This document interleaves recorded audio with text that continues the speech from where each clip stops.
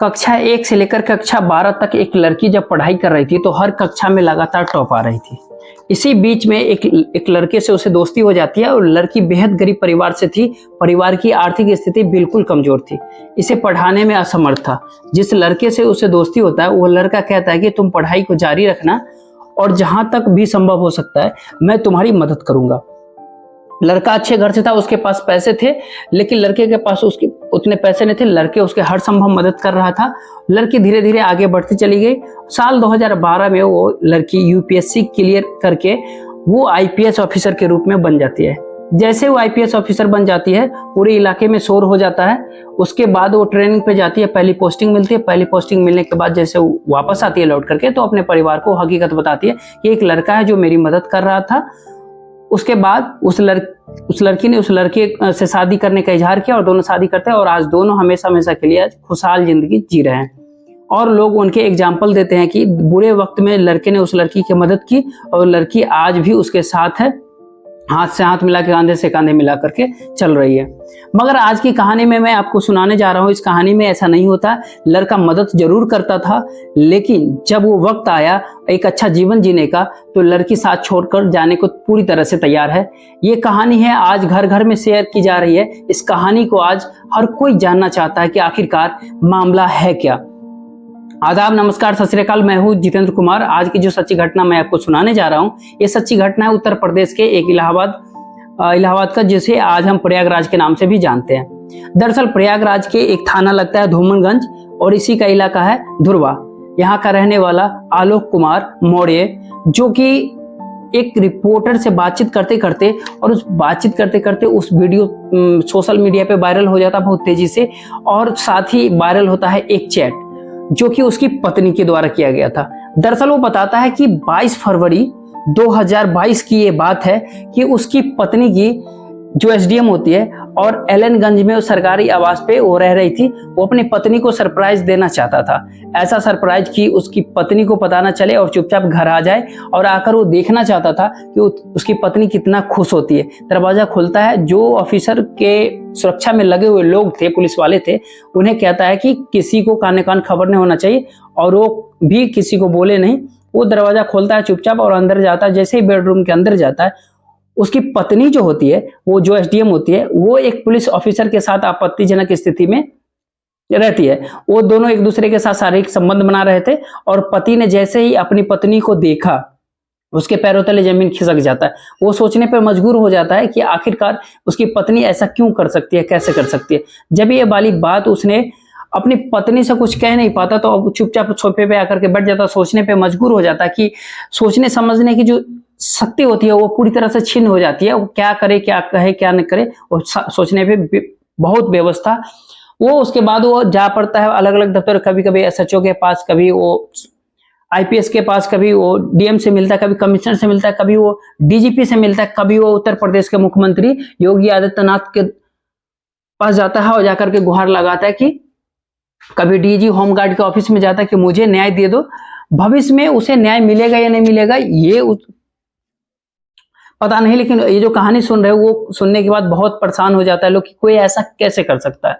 दरअसल कहानी शुरू होती है साल 2009 से। ये लड़का, इसकी सामान्य पढ़ाई हुई थी और ये पढ़ाई होने के बाद पंचायती राज विभाग में इस सफाई कर्मचारी के रूप में इसे नौकरी लग जाती है साल 2009 में।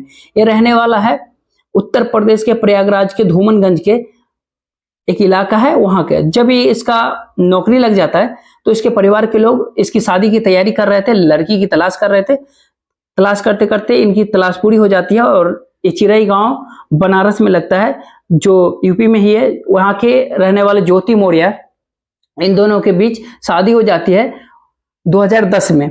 सब कुछ इनकी जिंदगी में ठीक चल रहा था और जो इसकी पत्नी होती है ज्योति आलोक की, ये अपने पति से कहता है कि मैं पढ़ना चाहती हूँ, मैं आगे बढ़ना चाहती हूँ। जैसे ही उसका पति ये बात सुनता है, उसे लगता है कि वो खुद के सपना पूरा नहीं हो सका तो उसकी पत्नी का सपना जरूर पूरा होना चाहिए। इसलिए वो अपनी पत्नी को लेकर कुछ ही टाइम के बाद काउंसलिंग कोचिंग लगता है इलाहाबाद के, वहां जाता है और वो कई कोचिंग के बाद, चक्कर काटने के बाद, काउंसलिंग कोचिंग में जाने के बाद उसे ज्वाइन करा देता है और कहता है कि तुम दिल लगाकर पूरी ईमानदारी से मेहनत से पढ़ाई करो, जितना भी हो सके, बाकी किसी भी चीज का टेंशन मत लेना, चिंता मत करना, ना घर की चिंता करना और न मेरी चिंता करना, ना परिवार की किसी भी चीज की चिंता मत करना, तुम मन लगा करके पढ़ाई करना और केवल पढ़ाई पे ध्यान दो। ज्योति बहुत भाग्यशाली थी जिसका इतना अच्छा पति मिलता और जी तोड़ वो मेहनत खुद भी की। और ये बताया जाता कि इस बीच उसकी एक नौकरी लग जाती है, लेकिन उसे बनना था पीसीएस अधिकारी और लगातार वो उसकी कोशिश कर रही थी। पति उसकी पहली पोस्टिंग प्रतापगढ़ में होती है जो सफाई कर्मचारी के रूप में, पति उससे सफाई कर्मचारी होता है और कभी नाले साफ करता है, कभी झाड़ू लगाता है। वहां से जो पैसे कमते थे उसके अपने पत्नी को पहुंचाता था। जो कम रहते थे तो अपने भाई से बात करता था, उसके पिता से बात करता था और वो अपनी पत्नी को पढ़ाना चाहता था, इसके लिए वो पैसा भेजते रहा। मगर वहां से इच्छाएं पूरी नहीं होती है, तो जैसे पैसा की ज्यादा जरूरत होती है तो अपने पिता से मांगता था। जिस डिपार्टमेंट में वो जॉब कर रहा था वहां के डीपीआरओ से भी पैसे मांगे ताकि पत्नी की पढ़ाई बीच में रुक ना जाए। खुद परेशानी में रहा लेकिन पत्नी को लगातार पढ़ाते रहा। लेकिन पत्नी भी पूरी ईमानदारी से पूरी शिद्दत के साथ पढ़ाई कर रही थी, मेहनत कर रही थी। और साल 2015 में जब उसका रिजल्ट आता है यूपी पीसीएस का, तो इस लड़की का पूरे प्रदेश में 16वीं रैंक आती है और महिलाओं की बात करें तो पूरे प्रदेश में तीसरे रैंक आती है। और जैसे ही ये बात इलाके में सुनते हैं लोग तो वहां के इतनी खुश होते हैं लोग कि यूपी पीसीएस में क्वालिफाई किया है और इसे एसडीएम कैडेट मिलेगा। बस इतना था कि पूरे गांव में जश्न मनाया जाता था, पूरे सब के सब खुश होते हैं। और अभी इस खुशी को आपस में एक दूसरे के साथ इसके बीच एक और खुशी हो जाती है कि दरअसल इस महिला जो ज्योति मौर्य और अलग इसका जुड़वा बेटी पैदा होती है और उसके बाद गांव में एक माहौल फिर खुशी का हो जाता है। पूरे जिंदगी में सब कुछ ठीक चल रहा था और ये अधिकारी बनने के इसके अलग अलग जगहों पे पोस्टिंग होते हैं। कभी ये कौशाम्बी जाती है तो कभी ये प्रतापगढ़ जाती है, कभी स्टेडियम, कभी जौनपुर में, कभी लखनऊ में, अलग अलग जगहों पे इसकी पोस्टिंग चल रही थी। फिलहाल अगर इसकी बात करें तो बरेली में एक शुगर मिल में ये प्रधान प्रबंधक के रूप में नियुक्ति इसकी पोस्टिंग चल रही थी। अभी जिंदगी में सब कुछ ठीक चल रहा था कि एक वक्त ऐसा आता है कि अखबार में, टेलीविजन में, अलग अलग जगहों पे जो इसके साल 2020 की बात है जब इसकी पत्नी सोशल मीडिया के पन्ने पलटते पलटते इसकी मुलाकात होती है एक आईपीएस ऑफिसर से जिसका जो उत्तर प्रदेश पुलिस में ही होता है।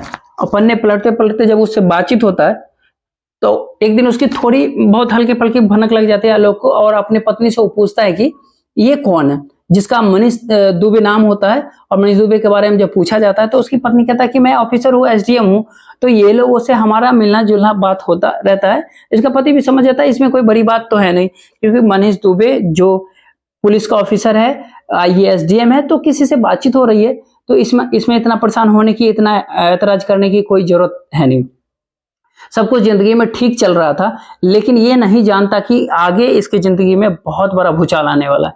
दरअसल 22 फरवरी 2022 को आलोक अपने पत्नी को सरप्राइज देना चाहता था और वो अपने पत्नी के सरकारी आवास पे जो एलनगंज में होता है वहां बिना बताए पहुंच जाता है। वहां जो अपने आप को देखा, उस दृश्य को देखने के बाद उसकी आंखें खुली की खुली रह जाती है। दरअसल जिसको उसकी पत्नी दोस्त बता रही थी, उस पुलिस ऑफिसर को, उसी के साथ वो आपत्तिजनक स्थिति में होती है। जब आपत्तिजनक स्थिति में होती है तो बेहद परेशान हो जाता है और जब उसने चोरी छिपे अपनी पत्नी की जासूसी करना शुरू कर देता है और ये देखने के लिए कि इसमें कितनी सच्चाई है और कितनी। उधर बच्चे बड़े हो रहे थे, जो की जुड़वा बेटी, आज की बात करें तो वो दोनों बच्चियां हंसी और खुशी दोनों 9 साल के आसपास के हो चुके। इन बच्चों के क्या होगा इसका पता नहीं, लेकिन पति और पत्नी के बीच में जिस तरह से एक पुलिस ऑफिसर आता है और दरार पैदा हो जाता है, उससे परिवार और बिखरने की ओर चला जाता। दैनिक भास्कर की जो रिपोर्ट है 22 दिसंबर 2022 को आलोक ने अपनी पत्नी को एक होटल है जो कि लखनऊ में है, वहां भी इसको आपत्तिजनक में दोनों को देखा था। इसके अलावा एक दिन इसकी पत्नी फेसबुक लॉगिन खुला रह जाता है, इसको पता चल जाता है इसकी जो दोस्ती है जो बहुत ज्यादा है, और देखता है कि उसका जो व्हाट्सएप है उस व्हाट्सएप में 100 पेजों का प्रिंट निकलवा है, जिसमें उसमें जो चैटिंग मिलता है उस चैटिंग को देख करके इसके हालत खराब हो जाते हैं। ये क्योंकि ये जो उसने जो बताया था, जो देखा, जो एक एसडीएम आईपीएस अधिकारी के साथ लगातार बातचीत कर रहे थे और उस बातचीत के बीच में जो आपस में जो एक चैटिंग थे वो बहुत ही भद्दी और अश्लील और अश्लीलजनक बातें थी, तस्वीरें थी। वो पोस्ट को ये निकालने के बाद अलग अलग मीडिया हाउस में थी, वो लगातार वायरल होने लगती है और जिसका इंटरव्यू लिया एक तो सब वीडियो भी वायरल होने लगते हैं और इससे पता चलता है कि ये महिला जो इसके पति ने पढ़ाया लिखाया और इस काबिल बनाया, आज वो अपने पति को ही छोड़कर किसी और के प्यार में पड़ जाती है और इससे बहुत ज्यादा हैरानी होती है। और जिस मनीष दुबे की चलते इसके परिवार का, जो एसडीएम के परिवार का ये अभी बिखर रहा है, वो मनीष दुबे के बाद जब मीडिया वाला उससे बातचीत करना शुरू की तो सोशल मीडिया पे ये अपलोड जब किए थे तो इसके बारे में जब मनीष दुबे के बारे में पता तो ये कह रहा था कि जो मनीष दुबे है इसकी पत्नी ने हमसे बात किया था कि भैया हमारा घर पूरी तरह से बिखर जाएगा, इसलिए हमारी आप मदद कीजिए। आलोक मौर्य जब उस ऑफिसर के बीवी से बातचीत करता है तो कहता है दीदी आप परेशान बिल्कुल मत होइए। इससे ये पता चलता है कि ये जो व्यक्ति है आलोक कुमार मौर्य, ये महिलाओं के प्रति कितना उदारवादी है, कितना रिस्पेक्ट करता है। और जो व्यक्ति उसकी पत्नी के साथ आपत्तिजनक स्थिति में देखा गया, उसकी पत्नी को भी बहन कहती है या दीदी कहती है, बड़ी मीडिया में वो संबोधित कर रहा है। लेकिन इस कहानी से पूरे एक फिल्म है सूर्यवंशम जो